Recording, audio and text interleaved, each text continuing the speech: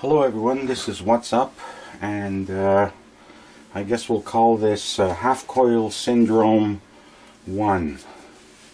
This is in response to some members at overunityresearch.com, notably a member by the name of Smudge, and this is my basic video response of what I was talking about.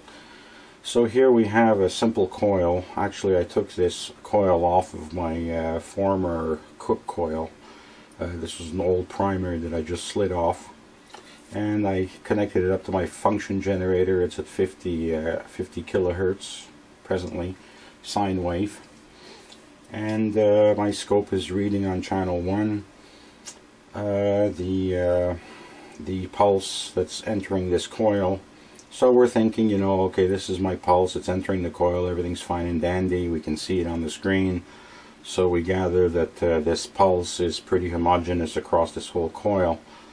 And so let's look at it a different way.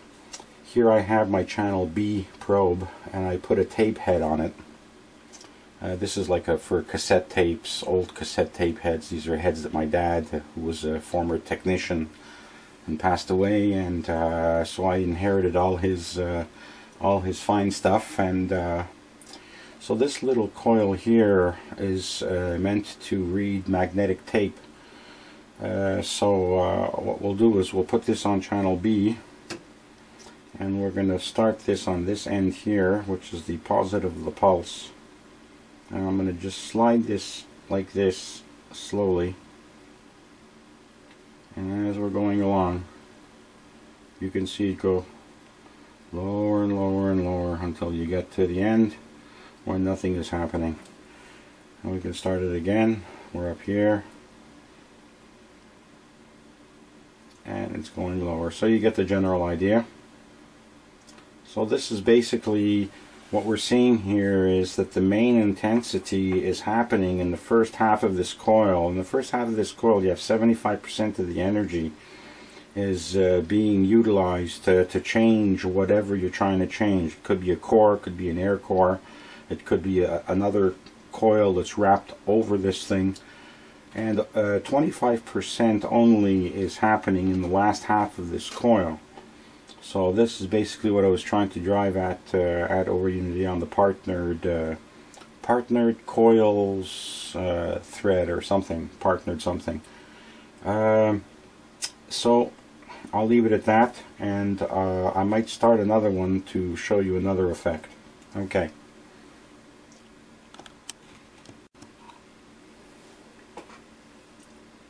Okay, so here we are again. All I did was I added another coil. This is the primary of my other cook coil that I had, which you usually make those in pairs. So I took the other primary, I put it in series with the first one. The positive is still on the same side as where it was before.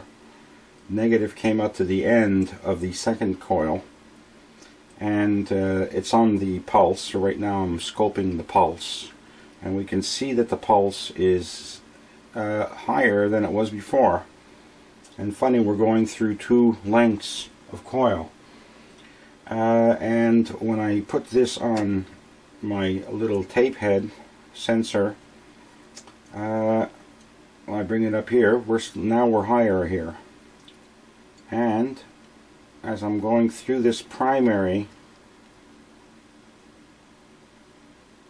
you can see that it's not going all the way down when I get to the end of the coil now. It's going down, but it's not as much as it was. It was almost zero before. So I'm still getting some good action here, and I can make this second one longer to have less of this across the whole coil. So I'm here, and then let's go on and continue on here. And as I'm going along here, I'll get back to the same old doldrum there and go all the way down. So this is what I wanted to show you guys. Half coil syndrome. We think our coil is pulsing completely. We think our primary of 10 turns on a core We think that each turn is doing equal work. They are not. You have to add the same length of coil off of the core in series to be able to do that. So just a little point of thought there, and see you in the second videos. This is a half coil syndrome, and this is basically all based on how can I put it? This is basically based on spin conveyance. This is basically showing me that this effect here is showing me that electrons are not moving in these wires. This is basically spin conveyance. It's doing exactly what it should do if you took that kind of construct. So we'll see you guys soon.